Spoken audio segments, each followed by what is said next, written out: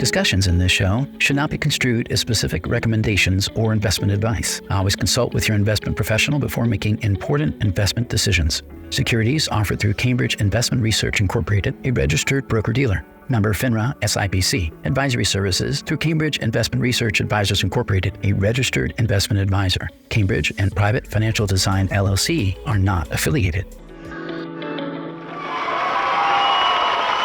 Bread and butter.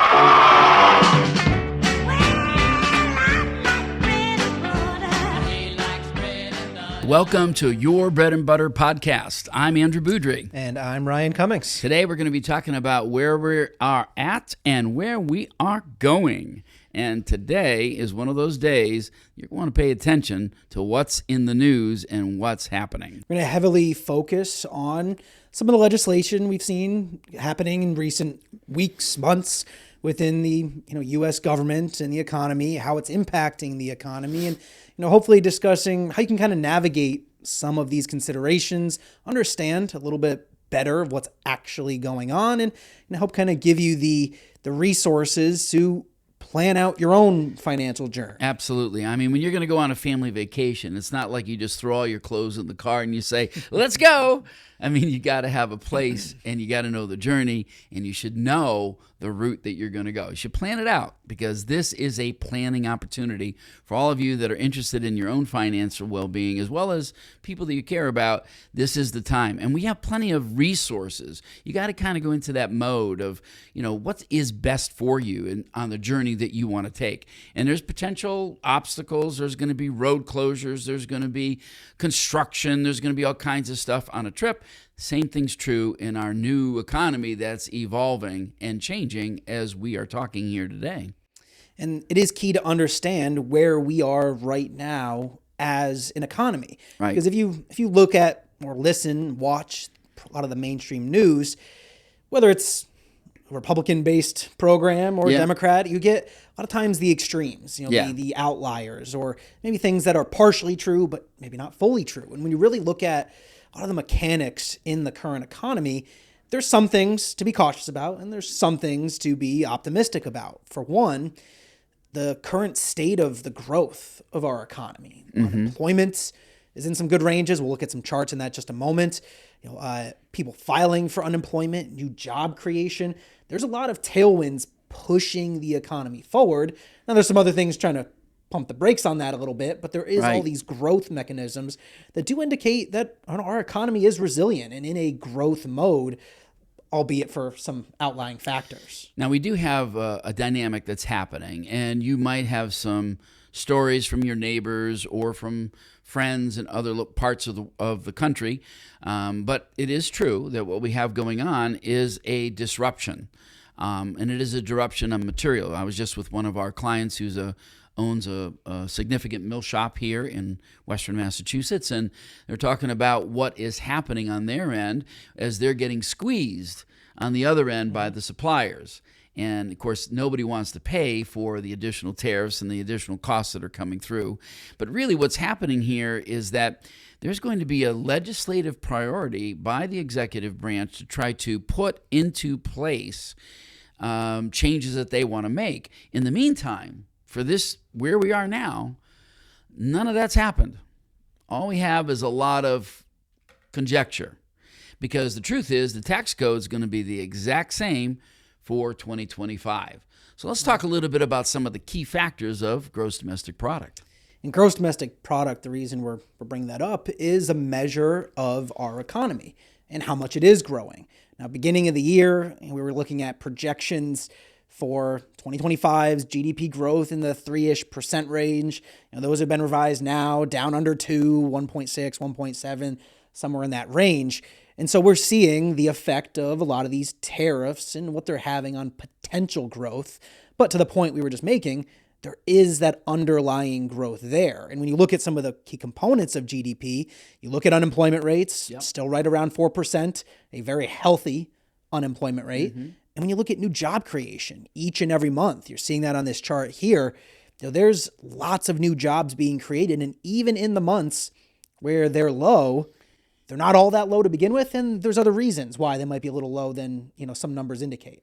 Yeah, and even with the layoffs that have occurred in the government sector, there are new jobs being added in the private sector. And there was a lot of construction that actually started post-pandemic, started towards the end of 2021, and then began to kind of really grow to the point of almost close to $7 trillion of private money coming into this country. American companies as well as foreign companies taking their money and building new factories here, from Samsung to homegrown companies like Apple. And then just recently we saw where Apple is building a new facility here in the United States. And that also matches well with like Intel building a multi-billion-dollar facility in the middle of Ohio. So we do have a lot of things that are happening without having to go through all the listings of all of these things.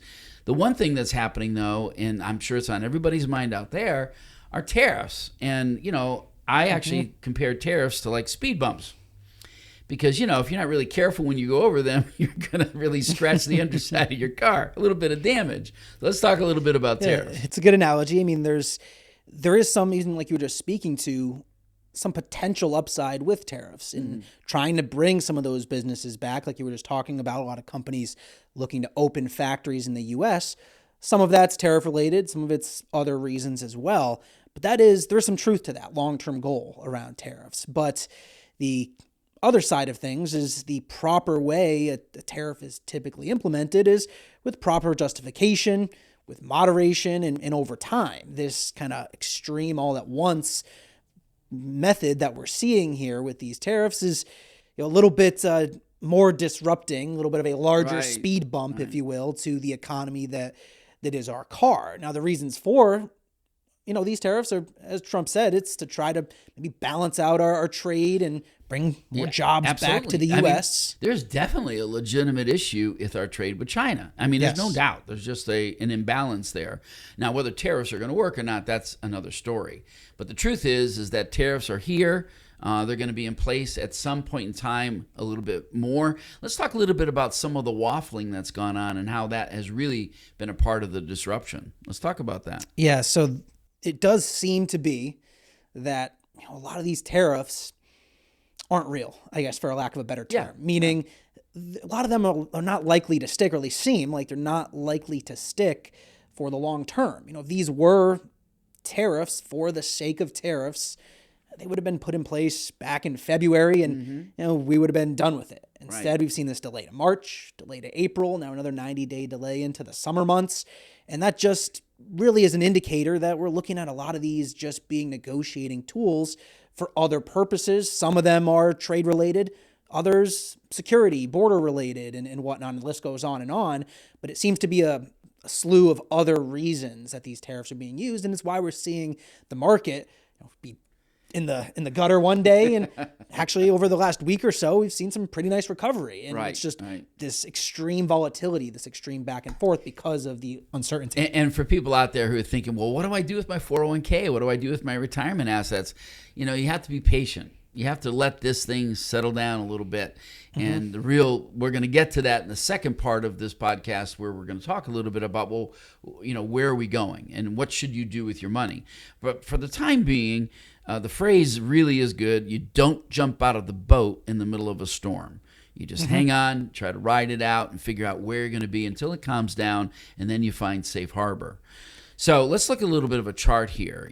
Let's look at what a tariff is, because on both sides of the political spectrum, we got one side saying, oh, the consumer is going to have to pay for everything. And then the other one is like, oh, no, the countries and the companies over there are going to have to pay for it. So let's talk about the truth and the reality of this. And the truth with a lot of things, political, legislative, economic, is somewhere in between. A tariff, as you can see on this flow chart here, is a tax, an additional fee, if you will, on goods that are being imported into the U.S. So when these companies, suppliers, are now importing these goods, well, yeah, they got to pay this import tariff. But do you think that, and I like to when we're talking about this, even with just the average person, do you think those suppliers are just purely going to say, okay, we're going to eat this whole additional fee? Not going to happen. They're likely going to work with the supplying country to try to get some sort of a deal to balance out some of that cost. So The other country, the exporting country in this example, may take in some of that cost. The importing supplier may take some of that cost. And again, are they just going to say, well, we'll eat that cost and keep prices the same? Right. No, they're going to then supply some of that extra cost to the consumer. So, this whole back and forth of, well, one side pays the whole thing and the other does it. It's really somewhere in the middle. The cost is spread across the entire supply chain, not just to one party. Right. Now, when we start talking about tariffs, one of the things that is part of this whole process, as you can see in that chart, is that ultimately, people that are making these products, they have to have a consumer. But not all consumers are the people that shop on Amazon. Some of these consumers that are out there are business owners, people that they want to make their product. But for a lot of those business owners that are in America, they don't have the materials here in our country. They actually have to go outside of our country to get it. And it doesn't necessarily have to be China. So just recently, there were 7 Republican senators, along with one independent, who are approaching trying to make legislation to protect their relationship with Canada, because half of those senators, their states border Canada. And so they actually need free trade. They want free trade, and they're going to try to get the White House, the executive branch, to go along with their plan. Whether that works or not, who knows? But the point is that Canada and them, they need that relationship. They do. And, as you can see on this chart outlining some of the recent tariff action, even though Canada is not maybe traditionally thought of as an exporting leader in the world, just simply due to their proximity to us, they export a significant amount into our economy. And you see that with a lot of different goods here: livestock, grains, vegetables. Canada and Mexico are 2 of the leading countries exporting goods into our country, just based on the ease of transportation because of their geographical location. Yeah, absolutely, yeah. And so we see that affecting a lot of different areas, even though Canada and even Mexico is not thought of as a exporting giant on the global but for scale. Us, they are. And then I think some other key industries that were also hit were steel and aluminum. You see that as well here. Canada and Mexico up at the top of this list. Yes, China's in there too, 4th and 5th respectively with either of these metals. But to your point, it's impacting a lot of these manufacturers who, yes, maybe are building things domestically. Not all the materials come domestically. Right. And so even if you have an American-made product, well, they're still potentially getting impacted by a lot of these tariffs. Now, for those of you out there who would want to tend to maybe make politics out of this kind of information, I want you to step back for a moment and realize something. If we don't have material in our country that can actually make these products, you have to get it from somewhere else. And so if you're a business owner and you would like to make it here, the idea is that if you don't have the materials here, you're still going to have to get that from someplace else. So even if we started trying to build all of the factories that we need to have something 100% made in America, it's going to take a generation. It's going to take 15, 20, 25 years to get where we could build all of those factories. The second part of that, third part of that actually is not just materials and the time factor in building it, but the workers. And we're not talking about illegal immigrant workers picking, crops in California. We're talking about actual literal factories where people can go in and do work. And this whole notion that we can just build these factories are going to pop up out of the ground, that doesn't exist. It's going to take a lot of time, but we also need a workforce to do it. An educated workforce, by the way, that can be educated in certain things to do. So there's a time factor here that is really big. Let's talk a little bit, though, about all the tariffs that were put in place and removed, and let's talk a little bit about that time frame. Right. So like we were just showing, a lot of these tariffs, there's impacts, especially from some of the bigger companies, Mexico, Canada, and even China too. Obviously, they import a lot of goods into our country. But we look at some of this waffling back and forth. You could see on the left side of this chart what some of those reciprocal tariffs started at before they're on this recent 90-day delay. Well, now, after, last week, we've seen the pushback on these tariffs while negotiations can take place. And we do see a lot of these tariffs pulled back on, except for China, although there was some interesting softening that happened over the last few days that we'll be very curious to see where those things go. Right. But that's why we're seeing a lot of this volatility in the market and just the market trying to figure out what's going on, because it hasn't been impacted by these tariffs yet. It couldn't have. It's too short of a time.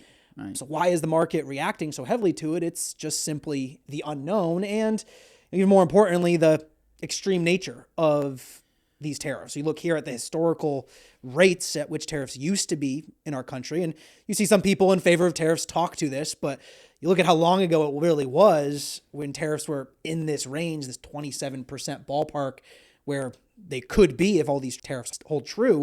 And we're talking early 1900s, even into the 1800s last time. Right. I want to go back to that last slide for just a moment for those of you out there. I want you to look over here on the left and see the number as far as the average effective tariff rate on the left. And then when he lowered everybody down 10% and then he jumped up, China's, it stayed pretty much the same there. Right in that 26, 27%. Pretty much range. the same. The idea of all this, though, is these things that are happening are basically retaliatory measures. I mean, these are things that are happening to try to, as you were saying earlier, this is a negotiating tactic to some degree, and some things may stick, some may not. Now, in general, tariffs can be a good plan to send a notice to a country in particular that is trying to dominate in that realm. It can be. But let's see what happened here in their response to all of these. Yeah, we saw reciprocal tariffs from Canada and Mexico imposing their own 25% tariff. And then perhaps the most extreme is China's retaliation. They've gone back and forth in this tit for tat with the U.S. and we put one tariff on them, they repeat right back to the point of they're in the 140, 150% range as far as their reciprocal tariffs on us and our own goods that we import into them. So that being said, it's a huge impact on not only their economy but our economy, and it's a lose-lose situation. It is. In my opinion. Not only is it from an economic perspective, but even a relationship perspective of using a tariff properly. You're right, can have the right effect, maybe the desired effect if done correctly. But not only is this causing turmoil within the economically, but political relations are going to take a hit, and it could make things more difficult down the line. Correct. And I noticed that just recently, and it's not an oddity. This happens a lot. We had our vice president go to India, did a little visit, and then within 3 days after his departure, Apple announces that they're closing all of their factories in China, and they're going to be building their new factories in India. That is a huge hit to China. Yes. And that is also one of those things where you can kind of see politics and free market kind of working together. And of course, Apple's building, new factories here. But this is going to roil up the global economy. And it doesn't mean that the global economy is going to go down to the tank. It doesn't mean our stock market's going to go into the tank. But I also think that people should be aware that other countries aren't just going to sit there and go, oh, no, what are we going to do? No, they're going to take action. Right. And particularly in the European Union, where they, they need the United States and they need China. But they're going to keep moving forward. They're going to keep doing their thing. They have to. Yeah, they have to. They have to. Now, as we look at all this, and we look at these charts, some of the things that our viewers and listeners out there should understand is that when we start talking about numbers and we start talking about like unemployment statistics and, factors, gross domestic product, these are all lagging indicators, meaning they happened previously, and then it's going to take some time for it to come to fruition.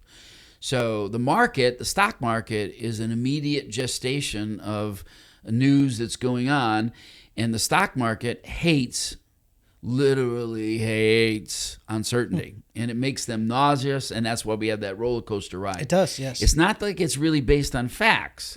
So when you have not enough facts, Wall Street's going to get very nervous. So until we know facts. So when we're talking about things, some of these things are going to take some time to come to fruition. So let's talk a little bit about some of the things that are going to get more expensive with the tariffs from China.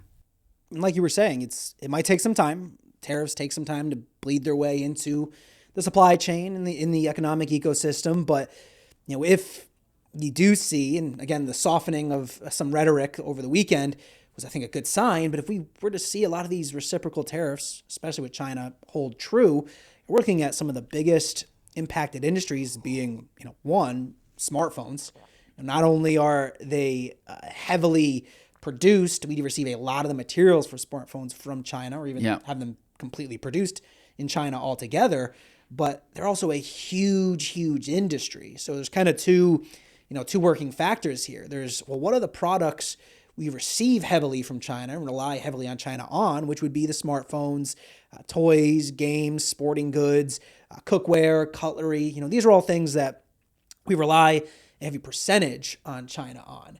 Now, there are some other industries too that we rely on China on, but maybe not as heavily, but they're just huge industries. And that would be in the other electronics, computers. Well, even they have even manufacturing of steel that we can't do here. Right. And they make machinery over here that we don't build, that we have to order. And I know we're talking about the cost of goods, but here's something that people out there should be aware of. Our wheat farmers in the Midwest are struggling because China cut off wheat, not ordering it. They're not. It's in the newspaper. You can Google it. You can find it. So these farmers are getting hurt, not by a price increase, but by China saying, no, we're not going to buy your wheat. They're going to go buy it from someplace else, right? Because the tariffs are too high for them to purchase. So there's a other effect to this. It's not just the goods that you pay. Now, when those wheat farmers get subsidized by the federal government to keep them afloat, just as happened in the first administration of this executive office, that's our taxpayer dollars. So every dollar that you pay towards taxes, some of that is going to go to support the farmers as we go through these tariffs. And there's nothing wrong with that. I'm not saying that that's wrong. We've had that happen in the history of our country for a long time. But we should all realize as taxpayers that we're the ones paying for that. China's not paying for that. The farmers aren't paying for that. They're paying the price for this reciprocal tariffs that are going back and forth. So it's not just what we pay as consumers and, all of that. It's actually the price that other people pay for these other items as far as their own. Right. It's the way as reciprocal tariff works. It's this, it's not just all on us. And again, to both sides, that's both sides of the legislative aisle that, argue it's one side that pays for it and the other. Well, when other countries are imposing these tariffs on us, which side is it that, that impacts us on our end too? Well, I think politically you're beginning to see some of that kickback. And there are people that are men and women in the Senate who are saying, we need to take back our role, our constitutional role in the approval of these tariffs. And I think you're beginning to see some of that. It's not just about getting out there and protesting and doing it. There has to be some backbone to saying, hey, look, this is not the executive branch's authority. This actually resides with us, and to begin to make that progress. And of course, we're also in this midst of, a budget issue of the new administration putting a budget together, which starts on July 1st, and the budget for this fiscal year ends on June 30th. So they have to put all of that in place. So there's a lot of dynamics that are going on here. And it's not just about, the prices in the grocery store or clothing or smartphones. It actually is having a broad-ranging effect. And so it's just adding to some of the tension, which again, because the stock market doesn't like uncertainty, is causing and adding more of that. Correct. And the one silver lining I'll add to that, though, is it does show, for those of you that maybe are a little more nervous than others, there are some out there, it does show a level of checks and balances coming into play, which is, again, a silver lining, a positive here that we're seeing. Even a lot of Republicans who maybe don't like the extreme nature of some of this legislation are now, standing up and having some opposition to just the flat out, creating of these policies on a whim rather than running through due process, which, again, long story short, is it's a good sign for the overall policy of the government. And it's not a bad thing that actually our Constitution and the checks and balances get tested. And again, this is not a political broadcast, but we should look at some of the things that's happening so that we can see it. And up on that slide right there, we just have this inflation uncertainty. And the thing about tariffs is that people don't realize is that it actually will add to the price of your goods. Right. And that's the part that people don't conceptualize. They, again, they think, well, the other country's going to pay for it. Or the other company's going to, no, you're going to pay for it eventually in your wallet. And I think that's one of the reasons why, like you see here, our Federal Reserve Chairman, he's reluctant to lower rates just yet. He is. Because they don't know what the prices are going to be like. And for good reason. Because like you were saying, we could see inflation as clearly shown, even though it hasn't really risen to dangerous levels like it was just a few years ago. It's in the high twos right now. 2.8, I think, was last month's number.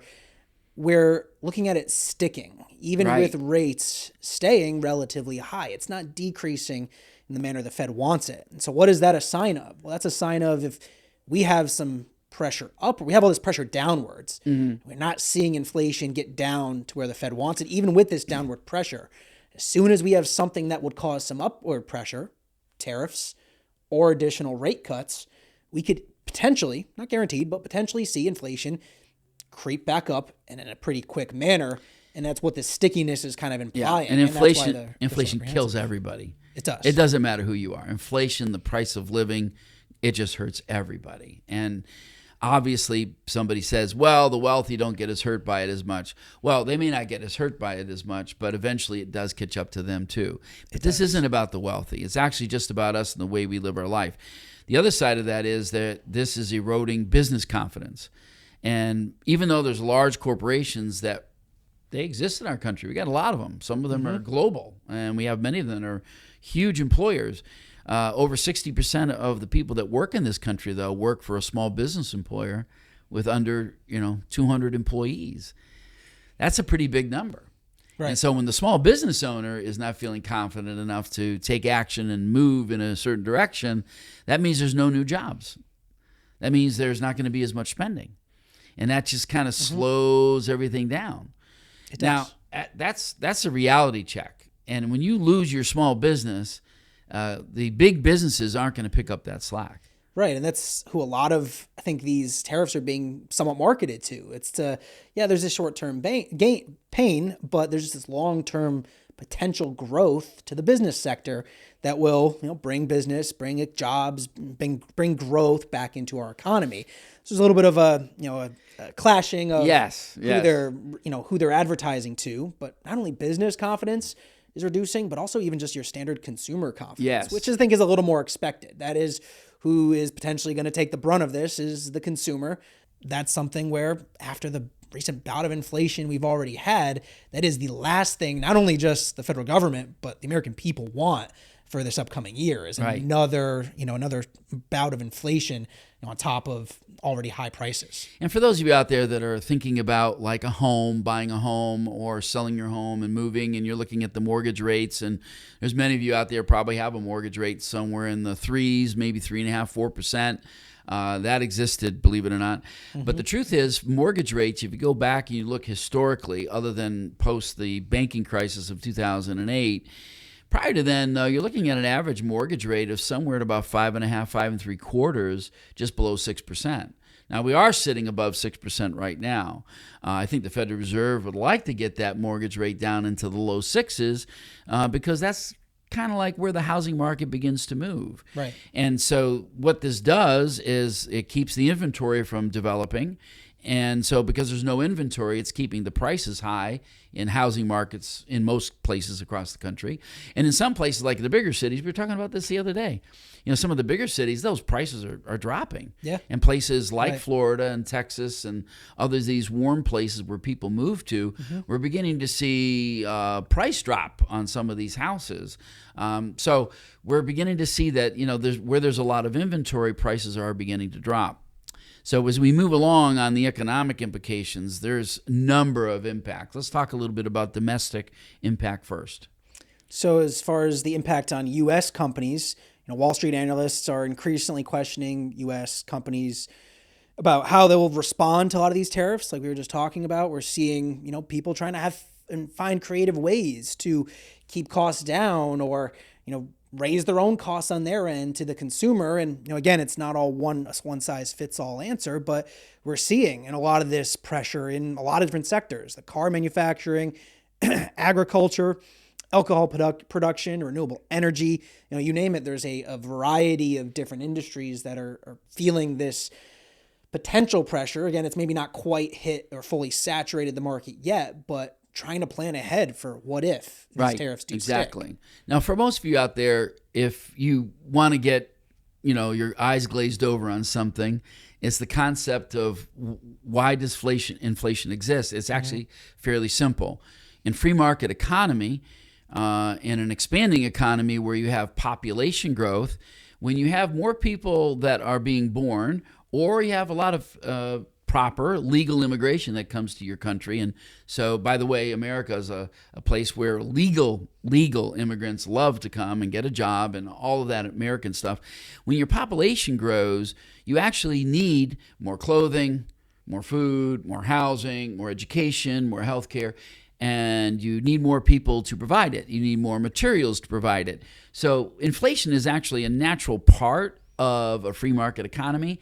As you begin to apply to a larger population group, inflation should be normal because the economy is expanding. And if you don't have an expanding economy, that means you have a dying economy, which I don't think we want that. That's stagflation. Right. And that's something we're not going to get into today, but it's occurring. Let's talk a little bit about the global economy, though, and the concerns that are there. Yeah, there's a lot of concerns, around a lot of other countries, Japan, China, Canada, Mexico, about just their own impact on their own economies and being able to, can they withstand these tariffs long term? And, our economy is one thing, the impact we're going to feel, but, being able to actually withstand it for some of these smaller economies is going to be that much more difficult, and trying to find alternatives. And like we've already kind of alluded to, there's different industries moving out of other countries, like we've already seen with, with China moving some industry to India and whatnot. And so it's a difficult game they're playing, but I think maybe the biggest global impact, as kind of alluded to, is just simply eroding of confidence in the U.S. Well, prior to the whole tariff thing, though, we were having companies and countries, Vietnam in particular, built some factories here in the United States to make clothing, build their cars. So there has been a trend to come back to the United States, and this has been a trend that's been already developing, which is a good sign. Nothing wrong with that.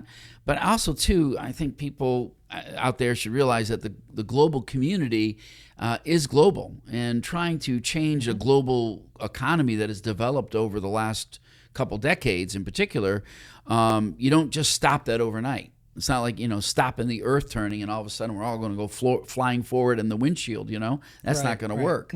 So let's give a little summary of where we are today. So the biggest takeaways from today's discussion is that there is a strong underlying economy. That's not to be lost in all of the kind of scariness and craziness of some of the legislation that's going on. Employment's strong. Unemployment numbers are steady. There is this underlying business growth that is looking to push the economy forward. Okay. Now, on the flip side of things, a lot of the tariff talk and on again, off again nature is eroding confidence. So there is that, and rightfully so, eroding of business confidence, eroding of consumer confidence, and making it a little more difficult and a little less certain for the small business owner or even just the average American to go about and living their lives. So the key to that, though, is there's actually been no tangible effect on the stock market or bond market because of tariffs themselves being placed. Right.